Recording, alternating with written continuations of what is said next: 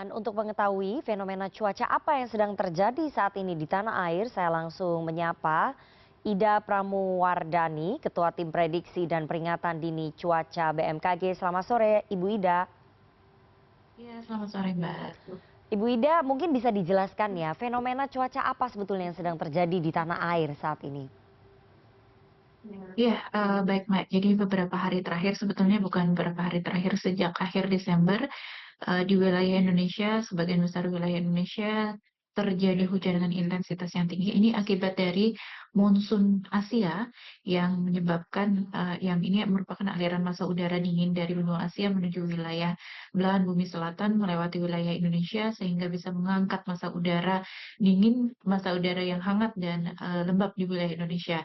Ditambah lagi beberapa hari terakhir eh, kita kondisi ini diperparah atau diperkuat dengan adanya seruakan dingin yang menyebabkan pengangkatan massa udara di wilayah Indonesia, khususnya Indonesia bagian barat dan bagian selatan, seperti misalnya Sumatera bagian selatan, kemudian juga Jawa bagian barat, Jawa bagian tengah, sampai dengan Jawa bagian timur, makin intensif. Kemudian ada beberapa hal lain, yaitu La Nina yang saat ini masih berada dalam kategori lemah. Ini juga dapat meningkatkan kandungan uap air yang dapat mendorong atau mendukung terjadinya penguapan dan proses pembentukan awan-awan hujan.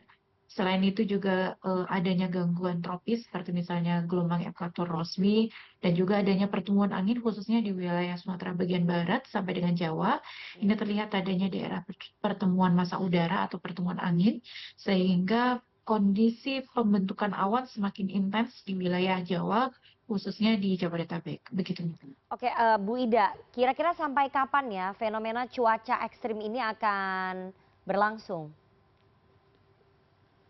Iya, kita perlu mewaspadai potensi cuaca ekstrim ini paling tidak sampai puncak musim hujan berhenti. Hmm. Artinya secara umum sampai bulan Maret di wilayah Jawa itu kita perlu tetap mewaspadai adanya potensi cuaca ekstrim yang terjadi. Karena musim puncak hujan ini maka karakter hujan di wilayah dengan puncak musim hujan tadi, seperti misalnya durasi yang lama, kemudian frekuensi yang lebih sering, kemudian juga intensitas yang tinggi dapat menyebabkan bencana hidrometeorologi seperti banjir, banjir bandang, dan juga tanah longsor, terutama di wilayah-wilayah yang memang sudah rentan dan rawan terjadi bencana ketika ada cuaca ekstrim. Gitu, Mbak. Oke, kira-kira daerah mana saja yang patut waspada dengan cuaca ekstrim ini?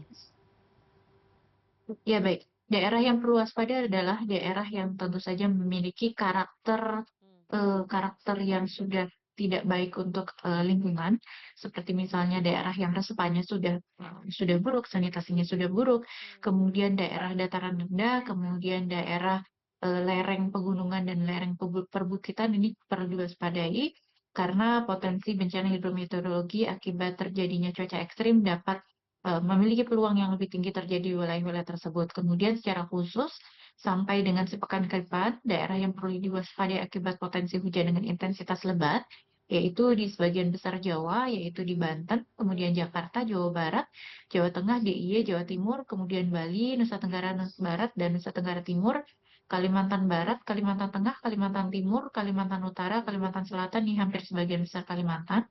Kemudian Sulawesi Utara, Gorontalo, Sulawesi Tengah, Sulawesi Barat, kemudian juga Sulawesi Selatan, Sulawesi Tenggara, kemudian juga ada Maluku Utara, Maluku, Papua, dan Papua bagian selatan. Kemudian di wilayah Sumatera juga masih akan terjadi potensi, yaitu di wilayah Aceh, kemudian Sumatera Utara, Jambi, dan juga Sumatera Selatan. Ini dalam seminggu ke depan perlu antisipasi karena intensitas hujan masih sampai dengan lebat di wilayah tersebut. Baik, apakah kemudian BMKG sudah berkoordinasi atau menginformasikan pemerintah daerah setempat yang tadi Anda sebutkan untuk mewaspadai dan berjaga-jaga begitu menghadapi fenomena cuaca ekstrim seminggu ke depan, Mbak Ida?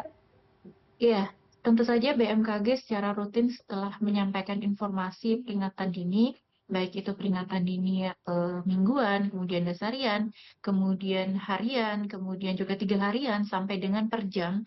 Jadi kami secara rutin menginformasikan peringatan ini kepada pemerintah daerah dan juga stakeholder. Kemudian kami juga selalu melakukan langkah antisipatif dengan berkoordinasi dengan stakeholder, yaitu dengan ikut menghadiri dan juga melakukan pertemuan-pertemuan rutin terkait dengan antisipasi khususnya pada saat musim hujan dan menghadapi puncak musim hujan ini. Kemudian juga kami juga selalu mensosialisasikan kepada masyarakat dan juga pemerintah daerah, baik itu di seluruh wilayah Indonesia, untuk lebih lebih melakukan tindakan antisipatif, lebih memiliki rencana, memperkuat infrastruktur misalnya, kemudian mengoptimalkan sistem peringatan dini, meningkatkan koordinasi antar instansi, kemudian juga kami juga melakukan edukasi dan sosialisasi kepada masyarakat melalui kanal-kanal Hmm. diseminasi kami, seperti misalnya kanal media sosial, kemudian aplikasi info BMKG dan lain sebagainya. Jadi untuk langkah koordinasi dengan instansi lain dan juga sosialisasi kepada masyarakat melalui kanal tadi juga sudah kami lakukan. Oke, langkah-langkah apa kemudian yang bisa disampaikan ke masyarakat mengantisipasi cuaca ekstrim ini? Ya, jadi kita masih berada pada fase puncak musim hujan, terutama di wilayah Jawa. Kemudian kita juga perlu memahami, kami BMKG juga menghimbau kepada masyarakat agar lebih memahami karakteristik di wilayah lingkungannya, lebih aware terhadap lingkungannya, terutama ketika terjadi potensi cuaca ekstrim. Masyarakat juga dihimbau agar selalu mengupdate informasi perakiraan cuaca dan peringatan dini cuaca dari BMKG, serta mengetahui protokol evakuasi ketika terjadi potensi dampak yang diakibatkan oleh cuaca ekstrim. Demikian, Mbak. Baik, terima kasih Bu Ida Pramuwardani, Ketua Tim Prediksi dan Peringatan Dini Cuaca BMKG atas informasinya kepada CNN Indonesia Newsroom sore hari ini. Sehat selalu Bu Ida. Terima kasih.